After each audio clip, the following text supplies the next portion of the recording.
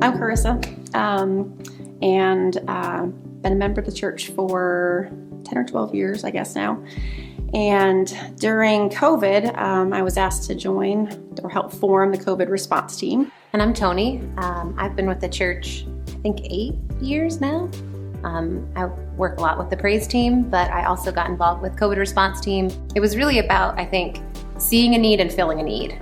And also finding a need, I guess is a better way to even say that, because we really kind of came together, and each meeting, I feel like we always started with like pulse check, like what are you noticing, what's going on in the community, where do we need to plug in, where are the needs? It felt good to do something. It felt good to be like, okay, this is something I'm actively a part of and researching and following up with people, and it made me feel less helpless. I think a lot of it was not only for people in the community that had a need, but also members of the church family, and how to keep them involved and connected so that they didn't feel sort of isolated.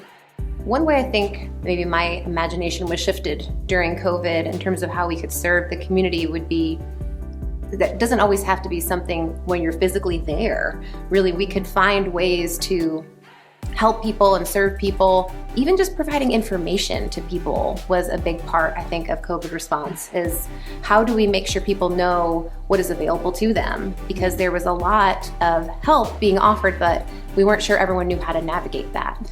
Well, and for people to feel like they can do something small and it would have a big impact. You know, what do I have that you might need, and what can I give that would be beneficial to you? And I know pre-COVID, I still kind of think this a little way, but you know, in mission and serving, I always think of it as being like a huge time commitment. Like if you're going to do this, it's going to be a huge chunk of time, or all the logistics and the planning. And I think people learned that you can donate time, and it could be an hour.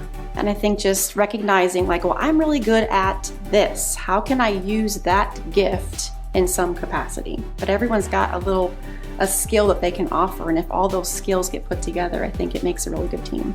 Well, it's exactly what you said before, right? The small things together make a big impact. I think a lot of it is just saying, what is the need? Where can I fill that need? You don't have to join a committee. You don't have to say, I'm gonna do this every Saturday for the rest of my life. But just the little things that you can do, if everyone does a little bit, it really does makes a huge difference.